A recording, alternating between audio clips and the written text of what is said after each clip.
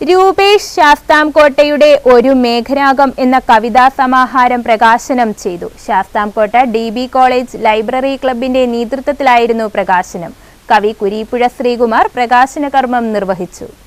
Sasthamkotta Devaswom board college library ക്ലബിന്റെ നേതൃത്വത്തിലായിരുന്നു പുസ്തക പ്രകാശനം നടത്തിയത്. രൂപേഷ് ശാസ്താംകോട്ടയുടെ ഒരു മേഘരാഗം എന്ന കവിതാ സമാഹാരമാണ് പ്രകാശനം ചെയ്തത്.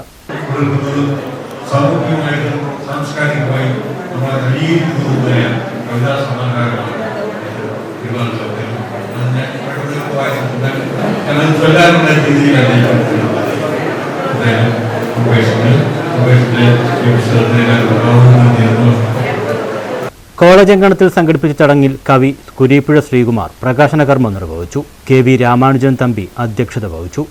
സിന്ധു രൂപേഷ് സ്വാഗത പ്രസംഗം നടത്തി. കവി ഇഞ്ചക്കാട് ബാലചന്ദ്രൻ, രാധാകൃഷ്ണൻ, ശ്രീകുമാർ, ബിജു, മധു, ഗോപകുമാർ തുടങ്ങിയവർ പങ്കെടുത്തു. News bureau, Sasthamkotta.